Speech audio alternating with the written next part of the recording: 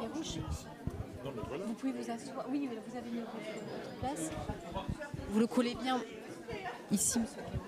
Il n'y a pas de rupture son. Vous le collez bien là. Oui, ok, pas de problème. Merci à vous toutes et à vous tous de vous réinstaller pour la suite de cette matinée. Monsieur Éric Kerrouche, que nous connaissons, on l'a dit, tous, évidemment, en tant que sénateur des Landes, vous nous faites l'honneur de nous présenter l'enquête du CEVIPOF, le Centre de recherche politique de Sciences Po, dont vous êtes le directeur. Un travail sur les relations complexes, on l'a dit, qui se tissent au cœur du bloc communal pour lequel vous avez questionné 14 000 élus. Vous êtes invité, évidemment, à échanger avec la salle suite à votre intervention. Merci, monsieur Kerrouche. Bien. Bonjour à toutes et à tous. Et puis surtout, merci de l'invitation. Alors, je vais revenir avec ma casquette chercheur brièvement sur cette enquête que nous avons menée avec le CEVIPOF et Intercommunalité de France. Et puis, comme on en avait discuté avec le CNIANCS, avec Isabelle, j'ai repris les données et je les ai spécifiquement appliquées aux communautés de communes. Vous allez voir comment j'ai procédé, puisque les communautés de communes sont largement majoritaires dans le département des Landes et que par ailleurs, les deux agglomérations, toutes choses égales par ailleurs, sont des petites agglomérations quand on les compare à d'autres départements. Alors, pour faire bref, vous avez l'enquête qui a été réalisée, donc le terrain a été réalisé à peu près sur plus d'un mois. Surtout, nous avons à peu près 3600 présidents et vice-présidents d'intercommunalités. C'est la première fois que nous étendions l'enquête aux vice-présidentes et aux vice-présidents parce que ça nous a semblé important d'avoir un avis plus global. Les vice-présidentes et les vice-présidents n'ont pas forcément les mêmes perspectives que la présidente ou le président de l'intercommunalité. Donc ça fait une grande distribution qui nous permet d'avoir des chiffres assez intéressants. Et cette année, justement, le thème de Intercommunalité de France, c'était de s'interroger sur les rapports communauté-commune et donc d'aller un peu dans l'intimité du fonctionnement des intercommunalités pour voir comment celui-ci était ressenti par leurs exécutifs. Alors, très brièvement, juste des choses assez générales qui là concernent toutes les intercommunalités. Vous voyez qu'il y a certes une ancienneté des vice-présidentes et des vice-présidentes, vice-présidents, présidents et présidentes, mais que le renouvellement, il se fait de manière assez forte à chacune des élections. Et vous voyez notamment que certains sont en poste uniquement depuis 2020. Je voudrais quand même que vous regardiez le truc on voit, d'accord. Avant, j'avais des piles. Voilà. Ici, je voudrais juste que vous voyez ces deux chiffres-là qui sont quand même relativement inquiétants parce que ça veut dire qu'il y a 10% des présidents et 7% des vice-présidents qui ont été élus après 2020. Ça veut dire aussi qu'il y a eu du mouvement après les élections et j'y reviendrai dans ma conclusion. Qu'est-ce que ça représente d'être présidente, d'être président, d'être vice-présidente, d'être vice-président? Ça représente en général, d'une part, 25 heures par semaine consacrées au mandat municipal, auxquelles se superposent 16 heures en moyenne consacrées au mandat intercommunal. Il ne s'agit pas de dire que c'est la vérité. C'était simplement le ressenti pour savoir si on pouvait avoir une vision globale de l'investissement dans la semaine. Et peut-être qu'il faut le présenter différemment. C'est qu'en partant de ces chiffres qui varient éminemment, eh bien, déjà, le fait de cumuler ces deux mandats rend impossible une activité professionnelle normale ou la limite de manière drastique. Ce qui pose un premier problème de fonctionnement et ce qui explique en partie la distribution sociodémographique des responsables locaux avec une surreprésentation des retraités, souvent par nécessité. Maintenant, deuxième aspect, et là, je n'ai pas distingué parce que les mouvements sont les mêmes, est-ce que l'indemnité que vous percevez au niveau intercommunal vous semble satisfaisante? Et vous voyez bien qu'elle ne l'est pas, ni pour les présidents qui réclament plus d'indemnité, ni pour les vice-présidents. On est juste à la limite. Et si on met ça en rapport avec la diapositive précédente, vous voyez qu'il y a un tout petit problème qui s'appelle celui du statut de l'élu local. Parce qu'à un moment donné, il faut trancher entre le cumul d'une activité professionnelle et le cumul d'une activité élective, notamment quand on a une responsabilité qui est double, aussi bien au niveau local, c'est-à-dire au niveau municipal, qu'au niveau intercommunal. Maintenant, si on rentre dans le fonctionnement, alors ça c'est intéressant parce qu'on rentre dans le cœur du problème. Il y a une partie, tout à l'heure Nicolas en parlait, c'est la perception du fonctionnement du conseil communautaire. Et souvent on dit, bon ben c'est compliqué parce qu'en fait, il y a effectivement dans les intercommunalités, vous voyez ici, alors c'est compliqué de le piloter de là, vous voyez ici que en fait, oui, on a en bleu, c'est toutes les intercommunalités, et en orange, pour que vous y habituez pendant toute la présentation, ce sont les communautés de communes. Et vous voyez effectivement qu'on a, 15-20% d'exécutifs, donc, qui nous disent qu'il y a des problèmes de fonctionnement du conseil communautaire. Néanmoins, même s'il y a moins de satisfaction dans les communautés de communes que dans le reste des intercommunalités, le fait que ça fonctionne plutôt bien ou bien est largement majoritaire.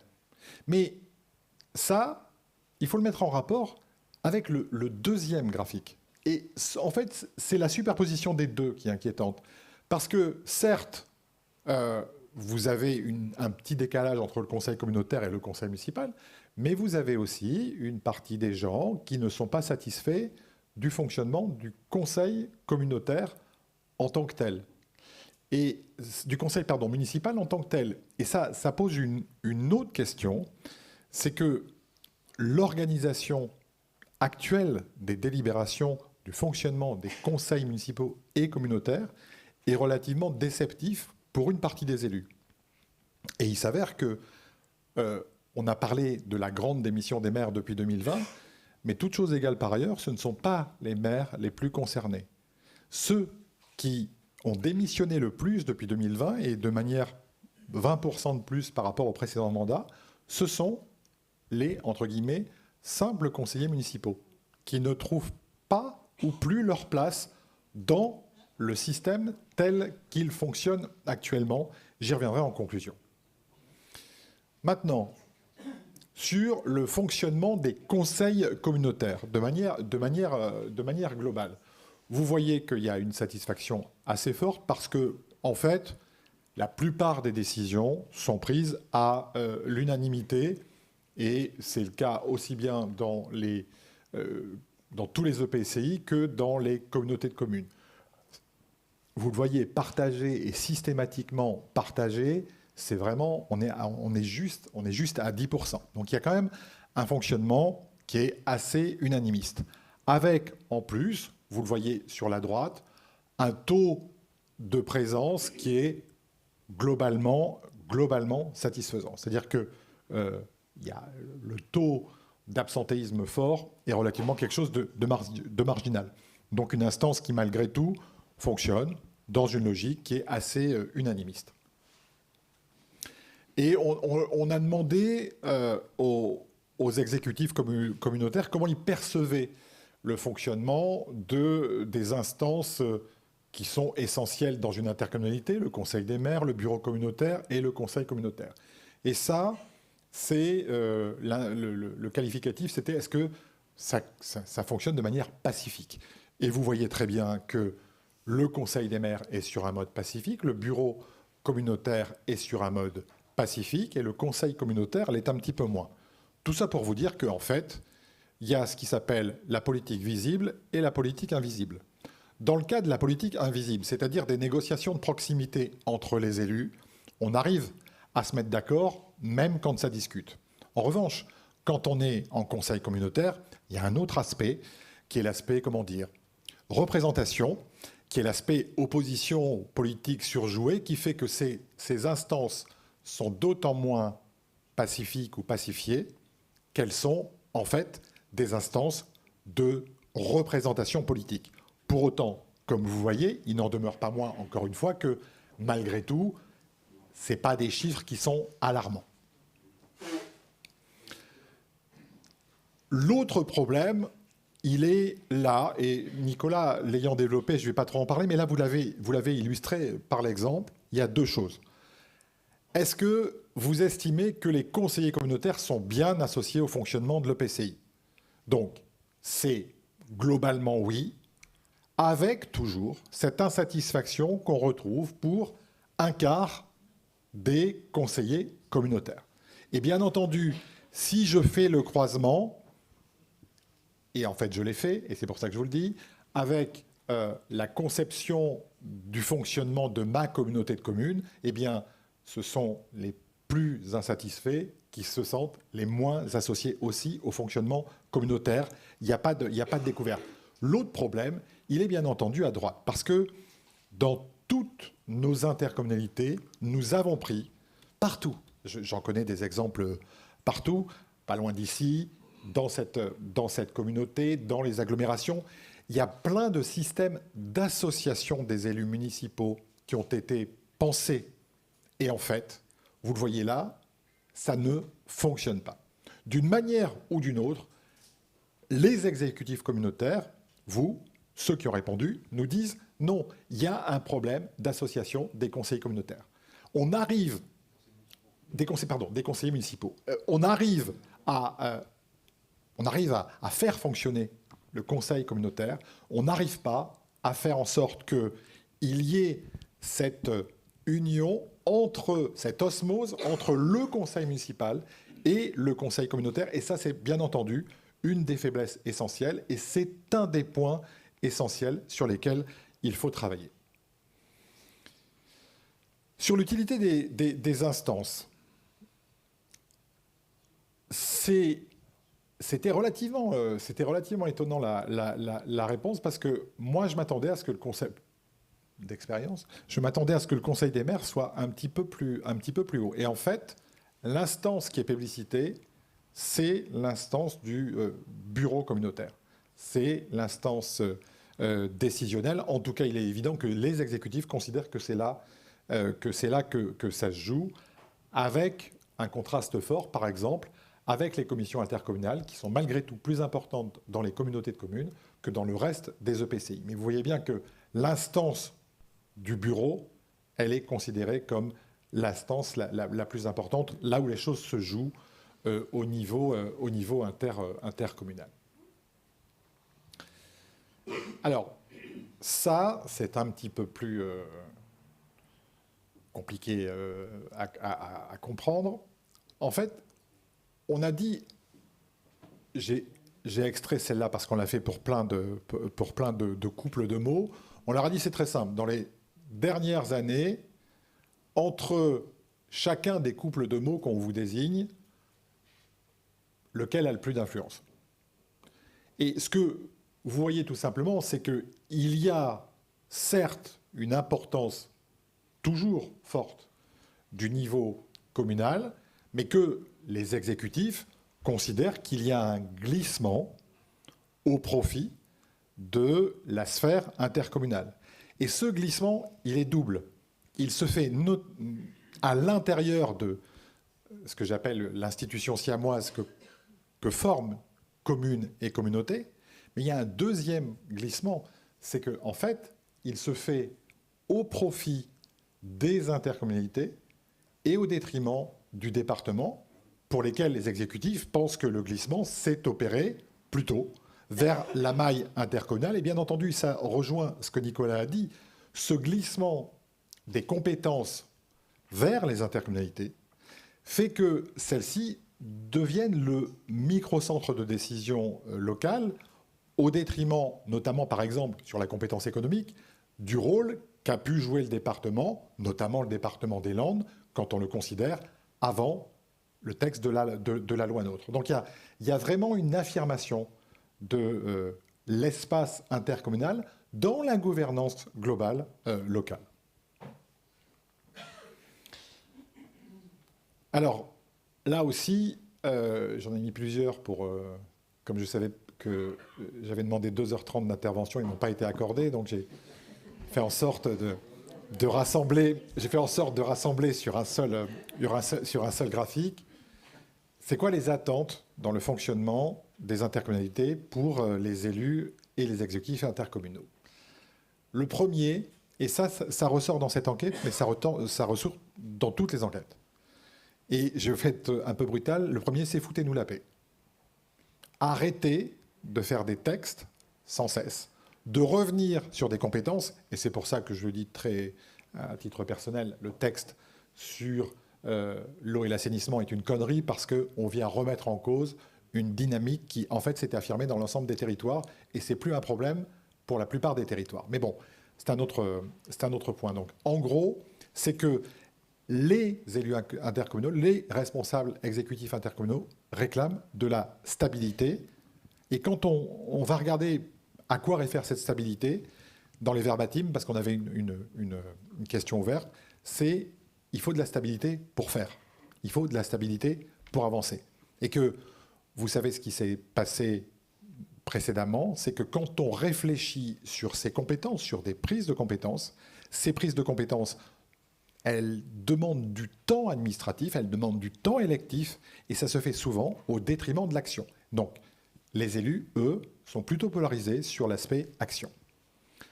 Deuxième point, c'est le fait que l'attente, c'est quoi l'attente des communes les moins peuplées par rapport à l'intercommunalité?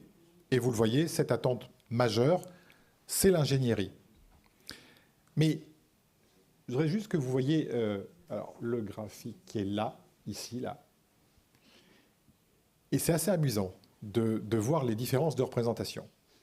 C'est-à-dire que dans tous les EPCI, si on raisonne à l'échelle de tous les EPCI qui englobent les métropoles, les communautés urbaines, les agglomérations, elles pensent que l'attente d'ingénierie des petites communes, eh bien, cette attente d'ingénierie, elle est plus importante que dans les communautés de communes. Donc les plus grandes communautés pensent que les plus petites communes ont besoin d'ingénierie, alors que c'est vrai dans le cadre des communautés de communes, mais de manière plus modérée. Donc on va dire que l'espace, pour le coup urbain, a une représentation du rural qui est un petit peu en décalage avec les attentes que ce rural a sur lui-même. Un autre élément qui était plus en bon français touchy, c'était la question de la restitution des compétences. Parce qu'il y a une petite musique, on va le dire franchement, il y a une petite musique notamment sénatoriale, en tout cas de la majorité sénatoriale, qui dit qu'en gros, l'une des solutions, c'est le retour aux communes. Et en fait, Nicolas a répondu tout à l'heure à ce sujet, parce que, OK, on va rendre des compétences aux communes. Le problème, c'est que on va leur rendre des compétences qui, en fait, elles n'exerçaient pas avant, parce qu'il y a eu une extension du domaine des compétences. Et donc, c'est compliqué de penser à restituer des compétences qui n'étaient pas exercées avant. Mais au-delà de ça, vous voyez qu'il y a un partage assez fort. Oui, on pourrait se voir restituer une partie des communes, mais autant c'est légèrement le plus fort dans tous les EPCI, c'est le bâton bleu, autant dans les communautés de communes, on est nettement plus prudent. C'est un tiers, un tiers, un tiers. Un tiers qui voudrait, un tiers qui ne sait pas, et un tiers qui ne veut pas. Donc on ne peut pas dire qu'il y a une attente majoritaire de restitution des compétences. En revanche, là où... alors, c'est amusant parce que j'ai discuté avec les équipes d'Intercommunalité de France. On a un petit peu discuté sur la question de la compétence. Est-ce qu'il faut pouvoir poser cette question sur le transfert de compétences du plan local à la carte? Il s'avère que cette flexibilité, elle est demandée par les communes, singulièrement un peu plus, dans les communautés de communes. Juste pour une précision, la question dans les verbatims, ce n'est pas la remise en cause du PLUI. C'est plus de flexibilité dans le cadre du PLUI données aux communes, ce qui n'est pas exactement la même chose. On a posé la question tout à l'heure sur qu'est-ce qu'il faut faire démocratiquement. Alors là, on va le dire gentiment, on va dire que les exécutifs sont relativement conservateurs.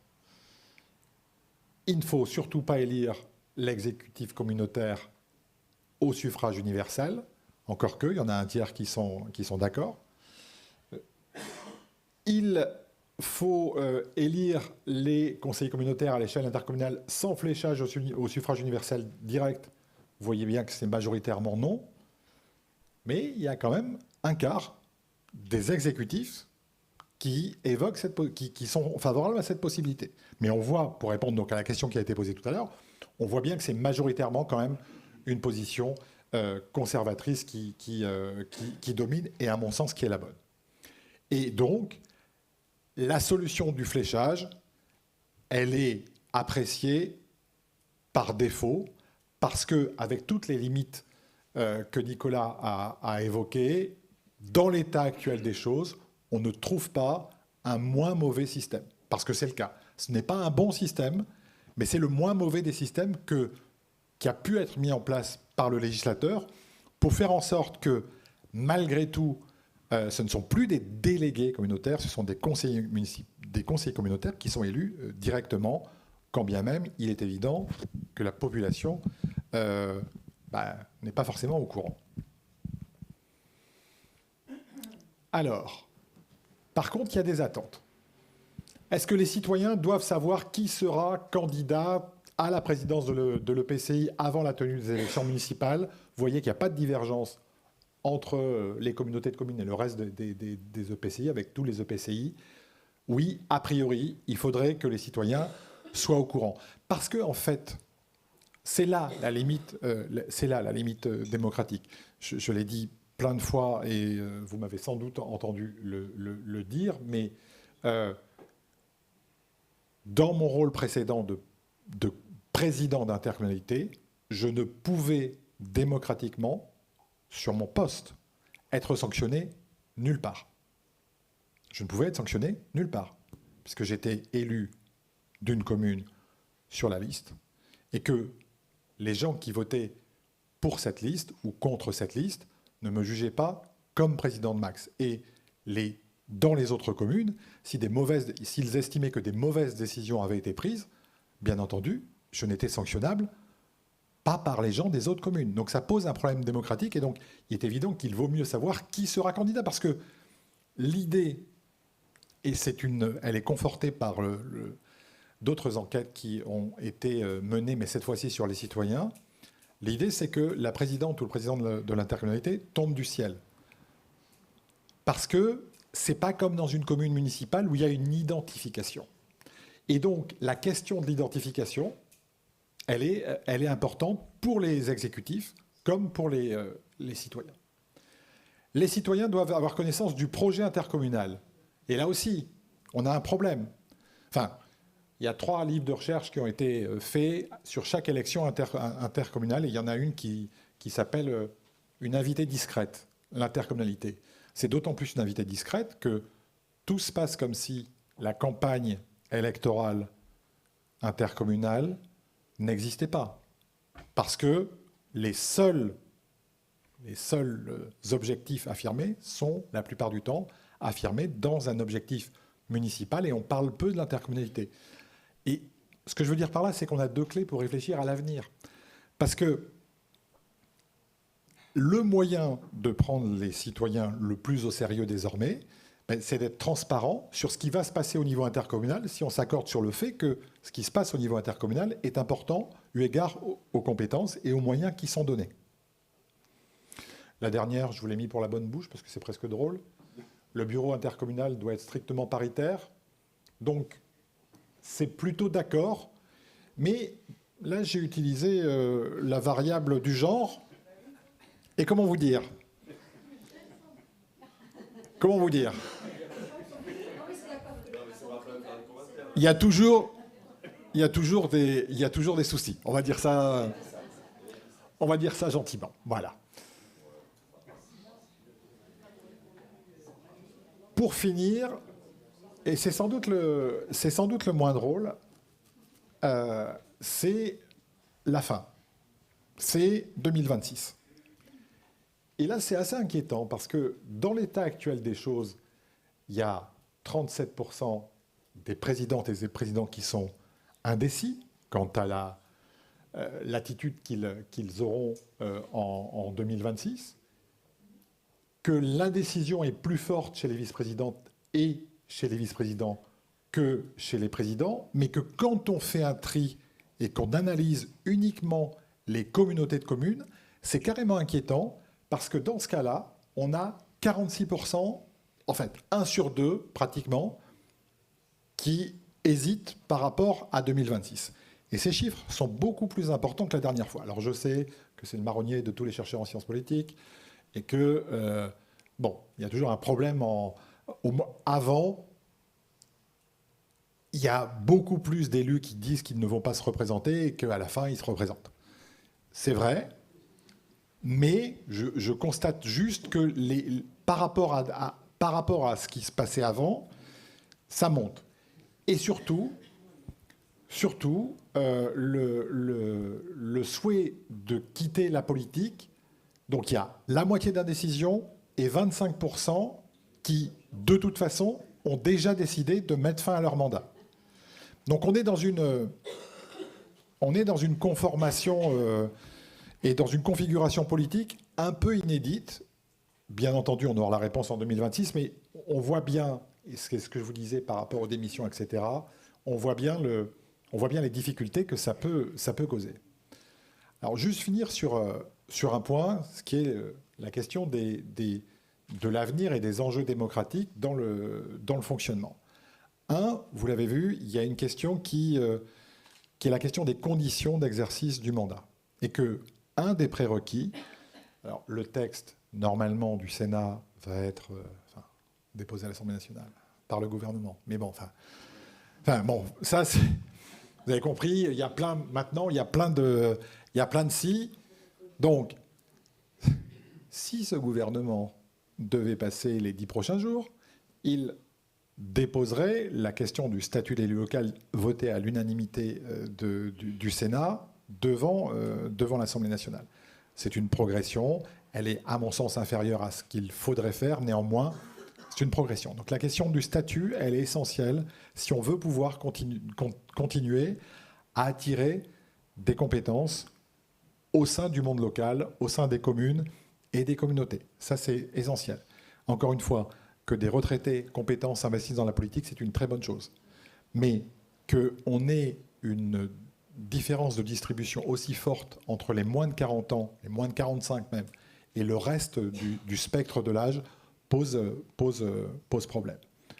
Deuxième point, l'amélioration, les voies et moyens. Et je pense que, d'une certaine façon, Isabelle en a parlé tout à l'heure, c'est tout ce que vous avez fait dans le cadre du projet de territoire, comme ça a pu être fait ailleurs. Mais comment on associe, d'une part, comment on fait en sorte que, d'abord, les élus des communes se sentent aussi impliqués dans la dynamique communautaire. Ça, c'est le premier point. Et le second, c'est comment on fait pour que, au-delà de ça, il y ait une politique d'inclusion démocratique. Troisième point, c'est sans doute l'évolution du modèle démocratique local en tant que tel. Et je finis par ce point parce qu'il est essentiel. Si je le dis très brutalement, il n'y a pas de séparation des pouvoirs au niveau local en France. Il n'y a pas de séparation des pouvoirs en France comme on peut le connaître au niveau national. Il n'y a pas d'exécutif et de législatif. En France, tout se passe comme si il y avait une répartition entre ceux qui ont la majorité et ceux qui sont dans l'opposition. Et c'est un problème démocratique majeur. Je prends un seul exemple. Quand on a fait justement avec Martial Foucault une enquête comparative sur les conseillers municipaux. Et il y a un item qu'on ne peut pas poser en France, c'est quel est le président de l'Assemblée municipale. Pour les Français, la question, elle ne se pose pas. C'est le maire. Mais ce n'est pas le cas dans les autres démocraties locales. Il y a un exécutif et il y a un président du conseil municipal. Il y a une répartition entre l'exécutif et le législatif qui n'existe pas en France. L'autre difficulté, elle vient de notre mode de scrutin. Le mode de scrutin de 1983, tel qu'il a été mis en place, avait une visée très simple. C'est que quand on compare par rapport aux autres systèmes, notamment celui de 64, qui a instauré une proportion, enfin peu importe, il y a une évolution du mode de scrutin, mais on va dire que le dernier en date, c'est celui de 1983. Et qu'est-ce qu'il dit, ce mode de scrutin? La perspective, elle était toute simple. D'abord, faire en sorte que l'on puisse représenter l'opposition. D'abord, faire en sorte qu'il puisse y avoir des fusions entre les deux tours, mais que, eu égard aux fusions, il n'en demeure pas moins que l'opposition continuerait à être représentée. Mais il y a une troisième dynamique que vous connaissez toutes et tous, c'est la question de la prime majoritaire. Et la question de la prime majoritaire vient écraser tout le système. Parce que, bien qu'on soit sur une base de proportionnel tout au départ, on a un correctif majoritaire fort qui fait que même si vous êtes devant, eh bien en fait, vous êtes sûr d'avoir au moins 2/3 des sièges si vous passez au premier tour et un peu plus de la moitié des sièges si vous passez au second tour, même avec 2 voix de plus que votre voisin. Et ce système génère structurellement une logique d'opposition entre un camp et l'autre qui dépasse la division des pouvoirs qu'on connaît dans les autres organes. Donc là, il n'y a pas 36 solutions. Le système proportionnaliste est le bon. La question, c'est celle de la prime majoritaire. Je vous rappelle juste qu'on se l'est déjà posé. La prime majoritaire régionale est moins forte que la prime majoritaire municipale. Donc, l'idée de ce mode de scrutin était d'être un mode de scrutin effectif, performant. Il a comme effet pervers que, en gros, il systématise l'opposition entre les uns et les autres, qui a une autre conséquence, c'est que ça se retrouve au niveau supérieur de la communauté de communes. Donc, il y a au moins une amélioration des choix à faire démocratiquement, en donnant une place. Alors, on va se le dire parce qu'il y a beaucoup d'élus dans la salle. Donc, franchement, c'est quand même plus peinard d'être majoritaire. Il faut se le dire. Voilà. C'est une évidence. Voilà. Ayant été majoritaire localement toute ma vie et structurellement minoritaire au Sénat, on se rend compte que c'est pas si bien que ça quand même malgré tout. Voilà, je peux vous le dire. Hein. Et qu'il faut donc, il y a un moyen de faire en sorte de repenser, et ça conditionnera l'intégration des conseillers municipaux et des conseillers communautaires. Il y a eu un moyen de repenser ce système institutionnel, ce système de sélection, pour qu'il soit plus inclusif, et c'est aussi une des conditions d'un meilleur fonctionnement démocratique local, à l'intérieur des communes, comme à l'intérieur des communautés. Et je n'irai pas plus loin. Merci beaucoup. Merci Monsieur Kerrouche pour la présentation de cette enquête du CEVIPOF extrêmement instructive donc, sur le rôle, le positionnement des élus. Je vous laisse la parole dans la salle pour réagir ou poser vos questions.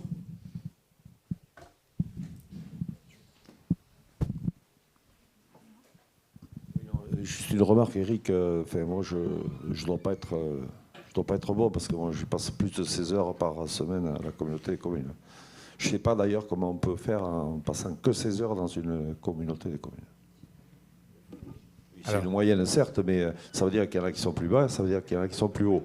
Mais moi, je voudrais qu'on m'explique comment on peut faire en passant que 16 heures dans sa collectivité. Ou alors, bon, moi, peut-être que je déraille, je ne suis pas bon. Hein. La question de l'âge. Juste, il y a quand même des petites différences qui sont sensibles, comme tu peux le voir. C'est encore une fois, c'est une moyenne. C'est une moyenne là pour les vice-présidents et les présidents. Donc ça cache des différences. Et oui, ça cache des différences extrêmement fortes. Mais le seul truc, à vrai dire, c'est simplement montrer que Parce qu'on peut après faire. Il s'avère que quand on monte, les élus des métropoles travaillent plus. Enfin bon, voilà. Parce qu'il y a plus de compétences exercées, tout ce qu'on veut. Mais une fois qu'on a dit ça, le vrai problème, c'est le suivant. C'est comment parce que, enfin, va se poser la question de la composition des listes à court terme. Mais comment on explique aux gens qu'il faut donner autant de temps, comment ça va être compatible avec leur vie personnelle, et vous savez que l'attitude change. Les attentes par rapport à la vie professionnelle et personnelle ont changé depuis 4 ans. Je pense que tout le monde est au courant. Et donc, comment on attire encore des gens avec un statut qui, en fait, en leur disant mais super, impliquez-vous pour le bien commun, on va se réunir, ça va être terrible, on va changer le monde. Et puis, en fait, vous vous rendez compte que cette période, même de 6 ans, notamment pour les plus jeunes, elle peut avoir un impact sur leur vie professionnelle d'après. Merci, hein, sans moi. Voilà.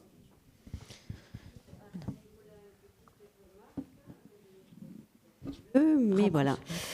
C'est vrai que je ne sais pas si dans l'enquête, il est spécifié, en fait, si les présidents sont aussi maires de... Ils sont, en majorité, ils sont maires. Non, je termine mon raisonnement et ma question. Parce que pour mon expérience personnelle, donc on a connu au niveau de la communauté de communes des maires présidentes de communautés de communes. Et donc je pense qu'on est sur ce schéma-là. Et depuis donc, le début du mandat, moi je ne suis pas maire, je ne suis qu'adjointe au maire. Je suis adjointe au maire de la commune de Tarnos et je suis présidente de la communauté de communes. Et il me semble, à l'exercice de cette expérience, que finalement, c'est pas si mal de ne pas être maire d'une commune et en même temps que président de la communauté de communes pour 2 raisons. La première, la question du temps, parce que c'est vrai que maire demande énormément de temps. D'ailleurs, je salue les maires dans la salle parce que je ne sais pas comment vous faites. Demande énormément de temps de présence auprès des administrés, auprès des services, etc. La communauté de communes, par expérience, demande également beaucoup de temps si on veut faire tout ce qu'on a évoqué depuis ce matin, à savoir du projet de territoire, de lien avec les habitants, du service public. Bon. Et les deux ne me semblent pas très compatibles et moi, je plaiderais, en même temps que je plaide pour une parité assumée, j'en profite pour le dire au passage, pour que, effectivement, les présidents peut-être de communautés de communes ne soient pas forcément maires d'une commune. Et pour la deuxième raison que je voulais aussi dire, c'est qu'il y a quand même des fois aussi le fait que le président doit être au service de toutes les communes du Seignax, enfin des interco.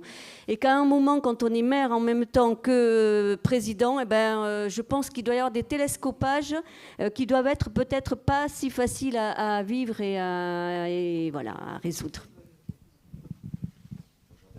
Ils sont majoritairement... Donc, je ne vous ai pas fait, parce que c'était juste un petit problème de temps. Donc, il y a effectivement plus de présidents qui sont maires. C'est la grande majorité. Il y a le cas de figure que j'ai connu, que tu as connu. Voilà, toi aussi. Bon, c'est... Oui. Après, ça dépend aussi... C'est un sujet compliqué. Peut-être qu'il faut, pour mettre les pieds dans le plat, dans la situation actuelle, il faut que je le dise avec diplomatie, dans la situation actuelle, les capacités de cumul sont plus restreintes pour les parlementaires que pour les mandats locaux. Et ce que je veux dire très clairement, c'est qu'il y aurait probablement un peu d'ordre à mettre en la matière. Par exemple, des cumuls qui peuvent exister au niveau régional, départemental, avec le niveau des EPCI, ne sont plus souhaitables. Et je pense qu'il faut avec les compétences que nous devons exercer, je pense que c'est bien que chacun se spécialise dans son silo. Et je pense que ça va aussi dans le sens des choses. Et je le dis aussi très clairement, parce qu'il ne faut pas se cacher derrière son petit doigt. Il faut appeler un chat. Une partie des cumuls sont justifiés par le manque de statut de l'élu. Je ne dis pas que c'est le cas tout le temps, que ça explique tout, que ça justifie tout, mais c'est vrai. Donc, il faut mettre de l'ordre au niveau des compatibilités et incompatibilités entre mandats. Ça, c'est le premier point. Et il faut aussi faire en sorte que la contrepartie de cet éclaircissement, elle se fasse par une transformation du régime indemnitaire. Alors moi, je suis très à l'aise. J'ai déposé une proposition de loi sur la question d'un contrat d'agent civique territorial. C'est une idée qui traîne depuis très longtemps, depuis le rapport Mauroy, enfin, et je pense qu'il faut y arriver, vu ce qu'elle demande comme travail. Donc, il faut éclaircir ces situations. Dans le cadre des relations communes-communautés, c'est un peu compliqué, parce que parfois, quand on est président d'une très grosse ville-centre, ça peut aussi justifier le cumul. Parce que je prends un cas qui est connu et qui est dysfonctionnel, c'est très loin de nous, mais je connais un petit peu, c'est le cas de Lille, où il y a une alliance de toutes les communes, de toutes les petites communes, pour faire en sorte que ça ne soit pas la ville-centre qui puisse piloter l'interco. Voilà, je ne suis pas sûr que ça soit efficace. Je suis pas sûr que ça soit efficace non plus. Je vous laisse la parole après, Monsieur Frousset. Je vais prendre le contre-pied un peu de ce que j'ai entendu, puisque je suis concerné en tant qu'à la fois maire et président. Moi, je pense que c'est une question d'organisation. C'est-à-dire, alors, je vais avec prudence aussi sur ce terrain-là, mais je crois que les gouvernances des collectivités, enfin de la collectivité commune et celle de la gouvernance de l'intercommunalité, aussi peut permettre justement le cumul en quelque sorte, ou plutôt la complémentarité de ces deux fonctions. Donc, moi je crois qu'il y a aussi un travail à faire au niveau de la gouvernance, de faire en sorte que le maire ne soit pas non plus, ou la maire ne soit pas non plus présent partout ou présente partout et décide de tout forcément, et donc de ce fait soit effectivement mobilisé bien plus que ça d'ailleurs en termes de temps, de la même manière au niveau de l'intercommunalité. Je ne sais pas, il me semble que sur Max, en tout cas, on a une gouvernance paritaire, en quelque sorte, ou partagée, qui permet à chaque vice-président d'avoir une certaine autonomie, à la fois dans l'organisation de son secteur, et à la fois aussi dans sa prise de position. Et ce qui fait que l'intervention du président, elle est juste, évidemment, sur les grands sujets, mais aussi sur les arbitrages, et non pas sur le travail quotidien. Et je crois que ça aussi, enfin, si on peut penser que ce n'est pas forcément incompatible. On peut imaginer aussi qu'il y a une organisation dans chaque instance qui fait que c'est tout à fait possible. Moi, je constate quand même qu'il y a quand même une forte, en tout cas au sein de notre intercommunalité, puis je pense aussi de manière générale, une forte présence nécessaire entre les maires. Et que le président ou la présidente soit un ou une maire, c'est important aussi. On voit, chez nous en tout cas, l'importance politique de la conférence des maires. D'ailleurs, on avait, sous ton impulsion, Eric, créé un conseil des maires bien avant que la loi nous impose la conférence des maires, parce que justement, il a cette importance capitale, aussi bien sur la stratégie que sur les actions, sur le déploiement des actions. Il a une importance capitale de l'action des maires. Et on le voit d'ailleurs, on a quelques soucis parfois sur les syndicats intercommunaux qui gèrent quelques sujets comme les déchets. Et on voit bien qu'on est obligé de revenir parfois à des conférences de maires qui ne sont pas organisées dans ces syndicats pour que les décisions qui sont prises soient à la fois appropriées et à la fois partagées. Et donc moi je défends absolument qu'en fait, ce n'est pas une obligation, mais qu'il y a quand même un avantage, en tout cas, à ce que le président ou la présidente de l'intercommunalité soit un ou une maire. Merci, je vais donner la parole ensuite.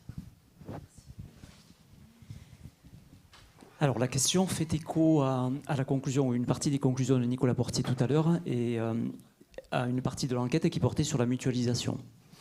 On voit bien que ce sont des attentes fortes de la part des communes.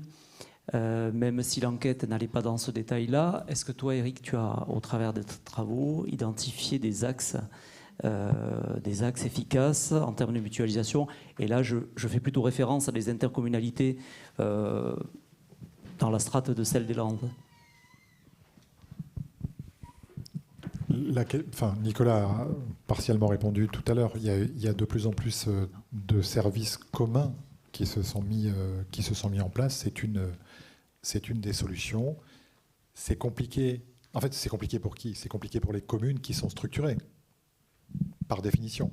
Donc, il y a cette voie de mutualisation.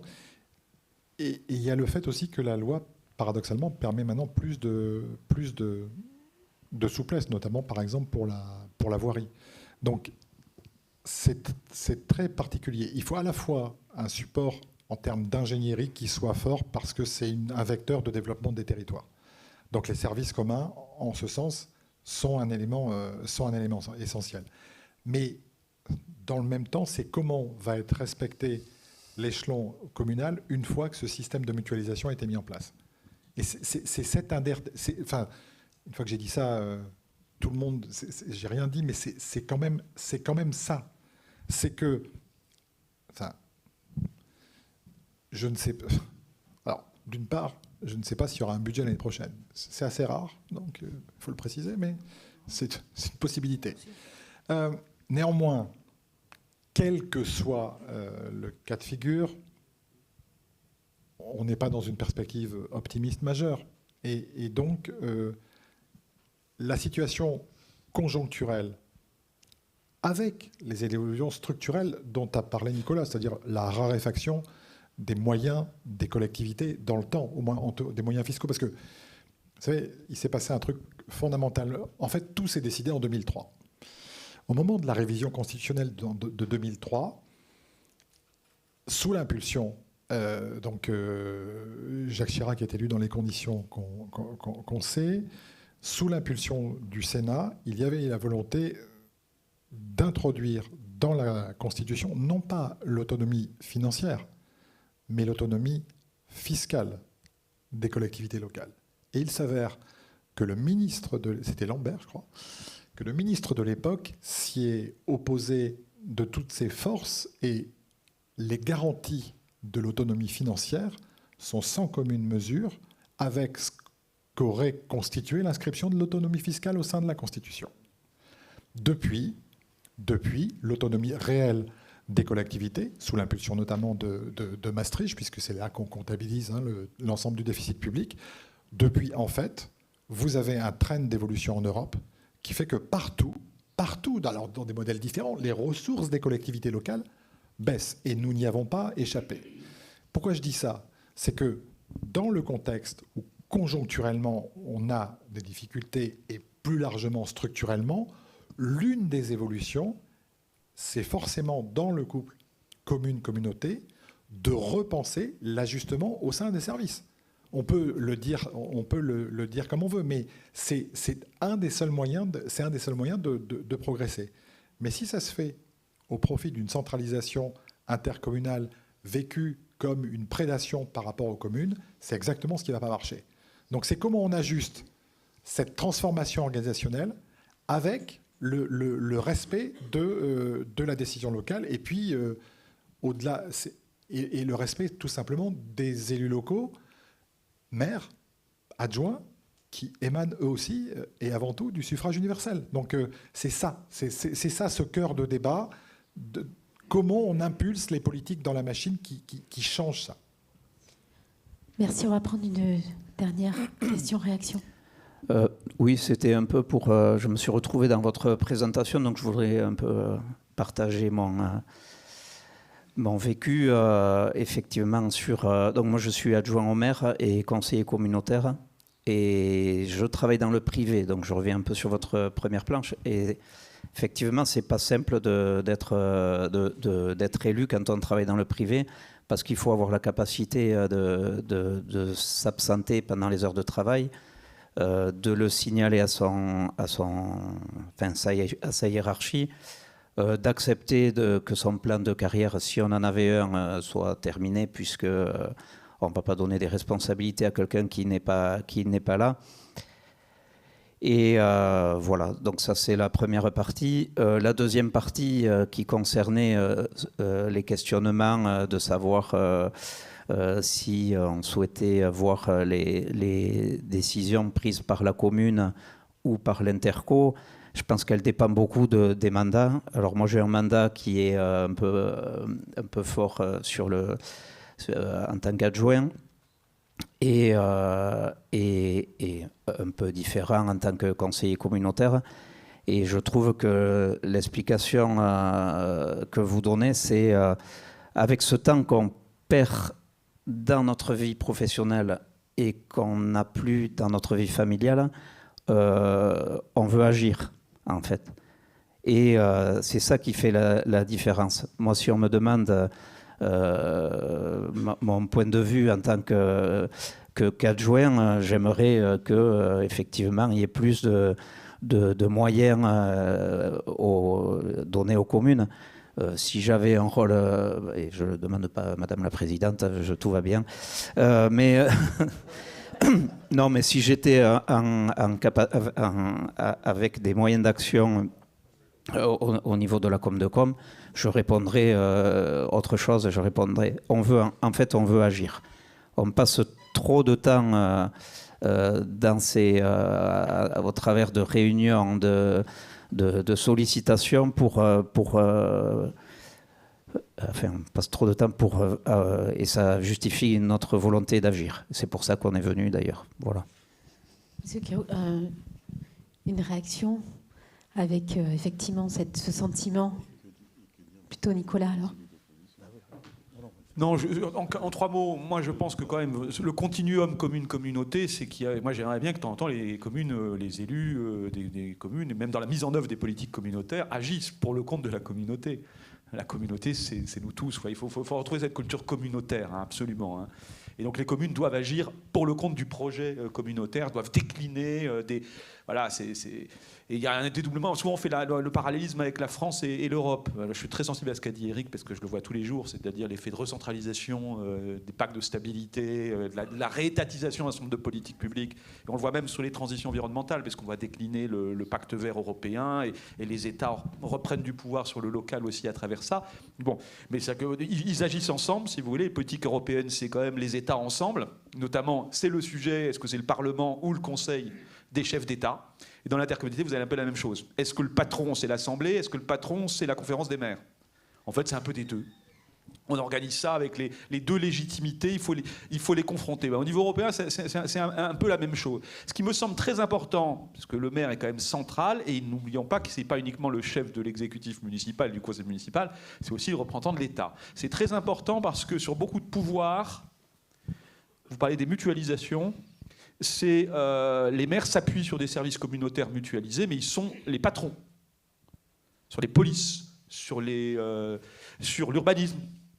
Voilà, la question sensible, même dans des compétences communautaires, le pouvoir de police, les maires peuvent s'opposer à la délégation. Et c'est qu'une délégation réversible.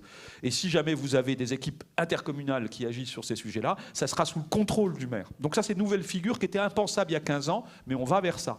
Donc même, si vous voulez, les équipes communautaires peuvent travailler tantôt sous le contrôle de la présidente d'intercommunalité ou du président d'intercommunalité, tantôt sous le contrôle, voilà, au service des maires dans leur action quotidienne. Dernier sujet, il me semble qu'on n'aura pas le temps de faire un Big Bang, il ne faut pas. Je pense que ce que montrait Eric, c'est lumineux. On voit bien que les élus, et alors ça c'est un vrai sujet de fond, et vraiment je finis là-dessus, je crois que les élus, ça fait 25 ans qu'on discute de tous ces sujets-là, ils aiment aussi tant l'intercommunalité parce que ça les protège un petit peu d'une dérive démocratique dont on n'a pas assez parlé. Il ne faut pas non plus être ébloui, c'est-à-dire que la tension avec les citoyens, les réseaux sociaux, etc.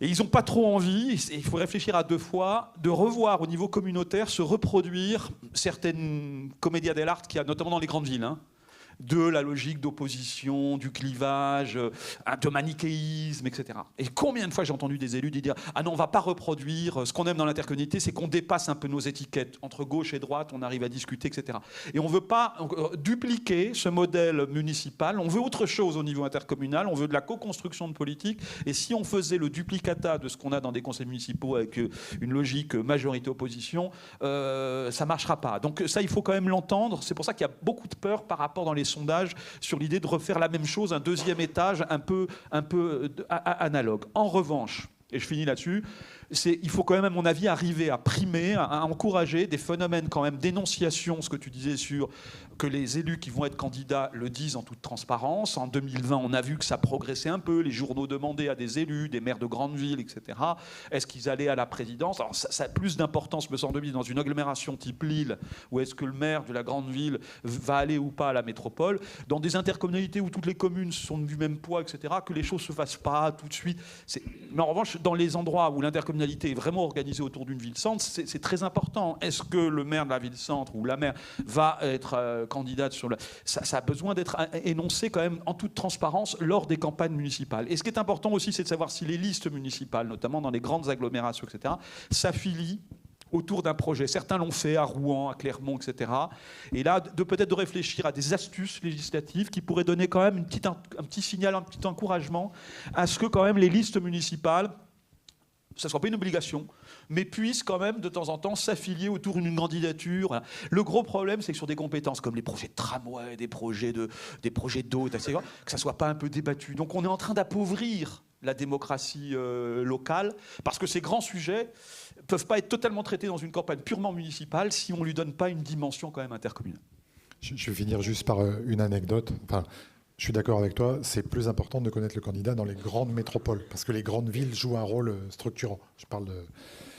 Alors, pour la comparaison, je dis toujours, on peut faire comme on veut maintenant, mais le couple commune-communauté, j'ai toujours pris cette image biologique, c'est une institution siamoise. Il y a peut-être des moyens, mais il faudra avancer. Alors, on partage les mêmes compétences, on partage les mêmes possibilités, et on a deux réalités chacun, mais on a une réalité partagée.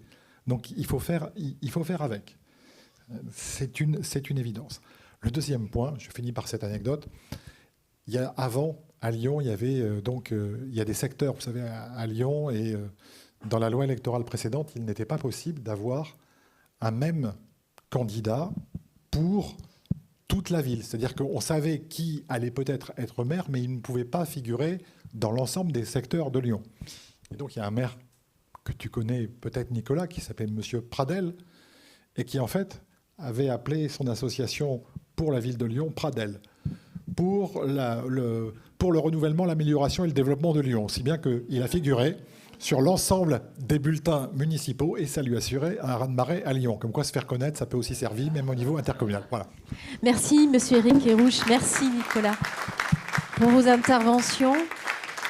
Évidemment, je vous invite à continuer à échanger après, lors du cocktail déjeunatoire. Madame la Présidente, Madame Dufaux, quelques mots, s'il vous plaît, pour avant...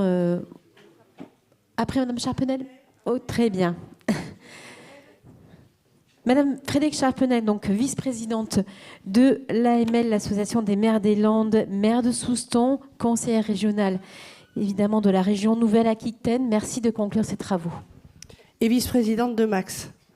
Et vice-présidente de Max. Ouais, c'est le cumul. Voilà, c'est le cumul. Bon. Ben, écoute, d'abord, Isabelle, merci beaucoup pour cette matinée fort enrichissante. Et ravie d'avoir fêté ces 30 ans et demi avec vous toutes et tous. D'abord, présenter les excuses d'Hervé Bouéry, qui m'a demandé la semaine dernière, il avait un événement un peu trop loin d'ici. Donc c'est avec plaisir que je partage cette matinée et ces débats. Alors on m'a demandé, alors c'est marrant parce que depuis que je suis à l'école primaire, on me demande toujours de conclure. Je ne sais pas ce que j'ai là, il y a marqué conclusion, je ne sais pas, synthèse, c'est amusant. Mais en tout cas, on a beaucoup appris. Et puis, il y a des mots qui sont ressortis. Je crois que plus personne ne met en doute que l'intercommunalité, c'est un lieu de coopération. C'est un lieu de structuration de services, et vous l'avez très, très bien mis en valeur, d'harmonisation, d'équilibre du territoire. Et puis, je crois aussi d'exercice de compétences en commun. Et en tant que maire, alors moi, je suis arrivée en 2008 en tant qu'adjointe au maire de Souston. Et peut-être que, comme beaucoup d'entre vous, en fait, je n'ai pas connu la commune sans la communauté de communes. Donc, je n'ai pas une nostalgie d'une commune sans une communauté de communes. Je ne sais pas ce que c'était. Par contre, j'ai été, entre guillemets, élevée par un maire qui a connu ça très fort. Donc, comme beaucoup aussi d'entre vous. Et donc, c'est vrai que quand on parle du couple commune-communauté, je crois que ça ne s'est pas fait non plus sans sentiment de perte. Parce que s'il y avait des communes où ça a permis d'exercer des compétences nouvelles, pour d'autres communes, ça a été un peu plus compliqué parce qu'ils exerçaient beaucoup de compétences, parce qu'ils en avaient les moyens. Donc je crois que cet équilibre, il faut toujours qu'on l'ait en tête. C'est qu'on vient toujours voir le maire, et on viendra toujours voir le maire pour toutes les questions. Aujourd'hui, on vient nous voir parce qu'il n'y a pas la fibre chez moi, ce n'est pas la compétence du maire. C'est même pas la compétence de la communauté de communes, même si elle y travaille, c'est du SIDEC ici. Donc on est toujours récepteur de questions universelles. Donc il faut qu'on garde de cette compétence générale. Et puis, donc il y a aussi, peut-être pour des élus, la question de l'effacement. Par rapport à une intercommunalité dont tu as bien dit qu'aujourd'hui, en moyenne, elles exercent plus de 30 compétences. Et je crois que ce qui a fait mal à un certain moment, et tu l'as dit aussi, que ça n'a pas été un long fleuve tranquille, c'est qu'il y a eu des compétences obligatoires. Et je crois que les élus sont heureux de travailler ensemble quand ils ont choisi les thématiques sur lesquelles ils ont envie de travailler ensemble. Et c'est sur ces compétences dites facultatives de coopération, de co-construction, où ça marche le mieux et où ça n'est pas du tout remis en cause. Mais il y a eu des événements avec des compétences obligatoires où ça a été quand même plus compliqué pour les communes qui avaient les moyens d'exercer seules. Mais je crois que c'est vrai qu'aujourd'hui, on va beaucoup plus loin ensemble. Je crois que plus personne ne remet en cause les intercos, parce qu'on est aussi, je le disais en introduction, des élus qui n'avons pas connu l'avant, mais qu'il y a quand même des garde-fous. Et je crois que les garde-fous ont été aussi exprimés dans la salle, et notamment en termes du scrutin. Il y a quelques années, il y a 5-6 ans, on parlait quand même beaucoup du suffrage universel des élus communautaires, c'est-à-dire d'élire directement. Et ça, je pense que c'est un risque, donc qui est aujourd'hui écarté, que ce couple d'ici à moi n'existe plus. Parce que la grande force des intercos, c'est que c'est nous qui la faisons. Moi, je dis toujours, je dis jamais max. Je dis toujours, nous avons décidé, les 23 communes de la communauté de communes, de nous emparer de tels sujets, de développer le IEGO, de développer aujourd'hui le TAD. Nous l'avons décidé à 23. Et je crois que ça, c'est très important aussi dans le langage. Et quand on a des nouveaux élus qui rentrent dans nos conseils municipaux, moi, je suis très, très attachée à de dire, je ne veux pas entendre dire que c'est pas nous, c'est Max. Parce que Max, c'est nous. Donc, on a aussi cette culture à transmettre au sein de nos conseils municipaux. Mais ce n'est pas facile. Mais je crois qu'il y a une instance sur laquelle ça marche très bien.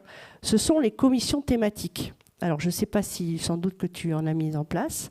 Mais là, moi, et le fait que des conseillers municipaux puissent intégrer ces commissions thématiques font que du coup, ça fait communauté et qu'un conseiller municipal, il peut s'intégrer. Et moi, je sais que mes conseillers municipaux ne loupent pas une commission. D'abord, bon, je sais, Eric me le dit souvent, chez toi, c'est la dictature, mais ils n'ont pas le droit, entre guillemets.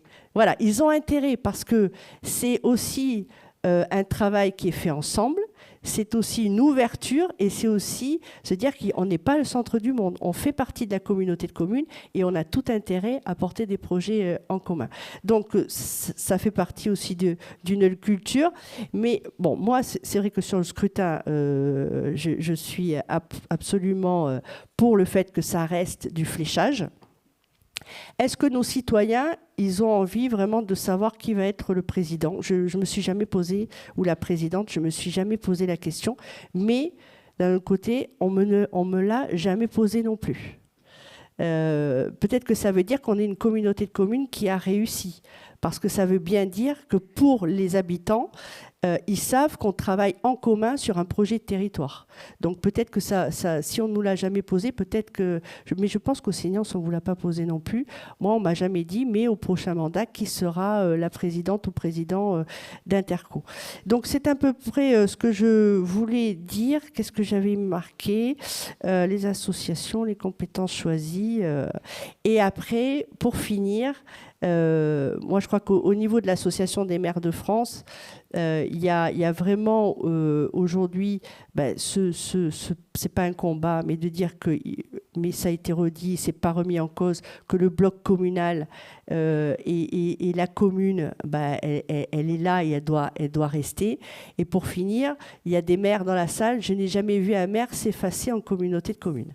Donc, donc ça c'est l'objectif, c'est comment on arrive à peut-être laisser un peu sa casquette de maire ou d'élu municipal pour travailler au projet commun à la communauté de communes. Et c'est peut-être ça le travail. Mais moi je crois beaucoup à ce couple siamois. Et cette matinée en est la preuve évidente. Voilà. Ce que je voulais, j'espère avoir retranscrit et aussi dit ce qu'aurait voulu dire Hervé Boéry, qui est très attaché au bloc communal, mais qui est aussi vice-président de la communauté de communes avec la vice-présidence à l'économie et qui aussi sait l'importance de travailler ensemble, en plus sur ce thème-là. Merci beaucoup. Madame la Présidente, je vous laisse conclure cette matinée. On est bien, on est parfaitement bien. Je disais au démarrage que j'étais ravie d'initier cette matinée à la fois de travail, de réflexion, d'échange. Et je suis tout aussi ravie de la terminer parce que je pense qu'elle a été très profitable, dense, très intéressante. Et je pense qu'on en gardera beaucoup de suite à donner pour pouvoir effectivement faire que la communauté de communes au service du territoire, des communes, soit toujours la plus performante possible. Alors, quelques mots de conclusion pour terminer cette matinée. Déjà, si je regarde la communauté de communes du Sénance, je me dis, bon, finalement, on n'est pas trop mal dans toutes les invitations qui ont été formulées à écrire un projet de territoire pour fédérer les énergies, se mettre en route sur du projet commun. Bon, c'est ce qu'on a tenté de faire avec les 8 communes. On parle également d'enjeux partagés. Je crois qu'on les a évoqués à plusieurs reprises. Les questions de transition écologique, de mobilité, de logement. Ce sont des sujets qu'on prend à bras le corps au niveau de la communauté de communes. Et il faut que nous continuions à le faire parce qu'on a des fortes attentes, bien sûr, et des habitants, et des acteurs, et de tous les partenaires de la communauté de communes. Donc si je suis présidente satisfaite, ça va peut-être un peu vous surprendre. Mais en même temps, je me dis qu'on a quand même parcouru un chemin avec des hauts et des bas, je l'indiquais, mais on a toujours su surmonter les difficultés. Et je crois que la communauté de communes du Sénance est au travail et c'est ce qu'on attend de les communes et les habitants du territoire. Donc là, j'ai envie de dire, continuons comme ça. Et d'ailleurs, c'est vrai que les déclinaisons sont de plus en plus des déclinaisons des projets intercommunaux dans les communes. Je veux pour preuve le schéma régional, le schéma des énergies renouvelables, pardon. Mais sa concrétisation, elle se fait au niveau des communes avec, bien sûr, la coopération des communes dans le Sénance. Donc, continuons comme ça. Simplement, j'ai entendu aussi ce matin qu'il y avait des marges de progression. Donc, je suis aussi très sensible à ces marges de progression. Je pense qu'il faudra qu'on s'attelle les uns et les autres avec les élus municipaux, les élus communautaires, à faire en sorte qu'effectivement, les courroies de transmission entre la communauté de communes et les municipalités qui composent la communauté de communes soient de plus en plus fluides. Nous tentons de le faire. On a parlé conférence des maires, on a parlé commission intercommunale. Il y a peut-être d'autres outils à inventer. On parlait hier soir, parce que j'ai eu le plaisir de dîner avec Nicolas Portier à l'arrivée dans le Sénance, on était dans la ville de Bayonne, proche du Sénance, notre bassin de vie, comme il a été évoqué. Et donc, on parlait de toutes ces questions. Et c'est vrai qu'il faut absolument qu'on arrive à faire en sorte qu'entre communes et communautés de communes, la gouvernance puisse être partagée. Et donc, pourquoi pas aussi aller plus loin dans un pacte de gouvernance, dans un pacte financier. Ça a été évoqué ce matin. Nous ne l'avons pas fait à ce jour au niveau de la communauté de communes. Je pense que ça se réfléchit à l'avenir. Il était évoqué également que nous puissions continuer à travailler sur ces enjeux intercommunaux. Et je pense que la période préélectorale qui s'ouvre à nous en vue des élections de 2026 va être un très bon exercice de façon à ce qu'on puisse mêler les enjeux municipaux et intercommunaux avec des objectifs et des moyens communs. Donc ça nous revient finalement que d'introduire ces questions d'intercommunalité au niveau de cette campagne électorale, en lien bien sûr avec les habitants de notre territoire. Je ne vais pas approfondir plus longtemps, je pense qu'on a dit beaucoup de choses, on repart avec notre besace tout à fait pleine. Donc des remerciements appuyés. Alors déjà, je m'excuse, je vais me tourner vers la salle. D'abord à ceux qui ont permis que cette matinée soit une matinée d'échange. Donc beaucoup d'élus municipaux, intercommunaux, du Seignanx comme des territoires voisins. Je pense à Hortarigan, je pense à Marennes, à Dourcotte Sud.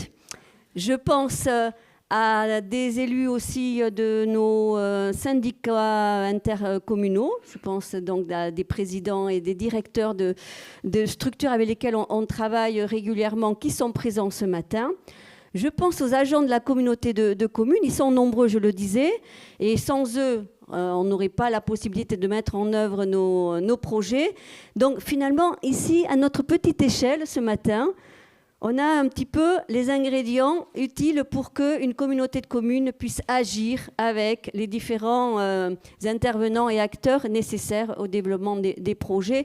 Donc merci à vous d'avoir pris ce temps ce matin pour partager l'anniversaire des 30 ans de la communauté de communes. Et j'en terminerai par un remerciement appuyé à nos différents intervenants. Je crois qu'ils ont été de grande qualité ce matin. Voilà, je vois des acquiescements dans la salle. Donc, je ne sais pas, je ne vais pas dire par ordre non, je vais dire par ordre d'apparition dans mon champ de vision. Donc, Nicolas Portier, merci d'être venu de la région Bourgogne, c'est ça? Ce matin, éclairage précieux, on continuera à tirer les fils. Monsieur Quirouche, notre voisin, vraiment merci aussi d'avoir partagé les résultats de l'enquête Cevipof et au-delà de l'expérience qui a été la tienne d'élu local, et tu continues à l'être en tant que sénateur, bien sûr, en lien avec les territoires.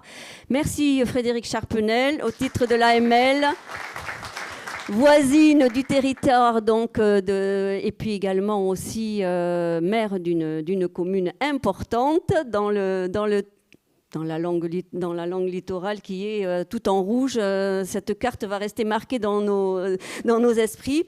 Merci aussi à Pierre Froustet, président, maire, administrateur d'Intercommunalité de France. Et merci à Land Attractivité de nous avoir aidés à organiser cette matinée. On ne se quitte pas comme ça, je le disais, Léol a préparé un petit buffet qu'on continuera donc nos échanges, nos réflexions, nos idées. C'est précieux dans le contexte d'aujourd'hui et il faut qu'on continue à dialoguer tous ensemble. Merci aussi à l'équipe de la communauté de communes qui a présentement organisé cette matinée. Maëlys, Camille, Laurent, Karine, ils sont extraordinaires. Merci à tout le monde.